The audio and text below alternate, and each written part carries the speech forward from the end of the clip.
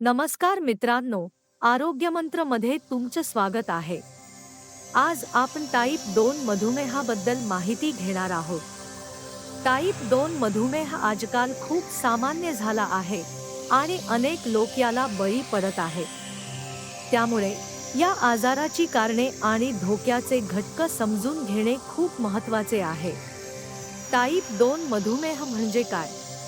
Type 2 मधुमेह तेव्हा होतो जेव्हा आपल्या शरीरात पुरेसे इन्सुलिन तयार होत नाही किंवा जेव्हा आपले शरीर इन्सुलिनचा योग्य प्रकारे वापर करू शकत नाही.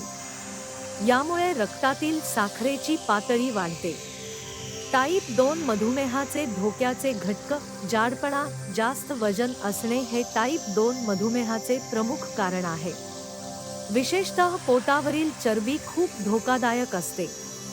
आनुवंशिकता, जर तुमच्या कुटुंबात कोणाला मधुमेह असेल तर तुम्हालाही मधुमेह होण्याची शक्यता जास्त असते. बैठी जीवनशैली, शारीरिक हालचालींचा अभाव आणि जास्त वेळ बसून राहणे यामुळे मधुमेहाचा धोका वाढतो. अयोग्य आहार, जास्त साखर, चरबीयुक्त पदार्थ आणि प्रक्रिया केलेले अन्न खाणे मधुमेहासाठी धोकादायक आहे. वय वाढल्याने मधुमेहाचा धोका वाढतो. विशेषतः 45 वर्षांपेक्षा जास्त वयाच्या लोकांना जास्त धोका असतो.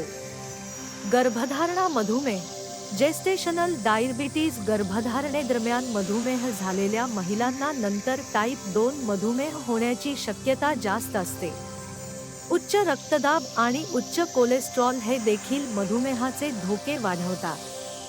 बचावाचे उपाय: नियमित व्यायाम करणे, संतुलित आहार घेणे, वजन नियंत्रणात ठेवणे, नियमितपणे रक्तातील साखरेची तपासणी करणे, डॉक्टरांचा सल्ला घेणे.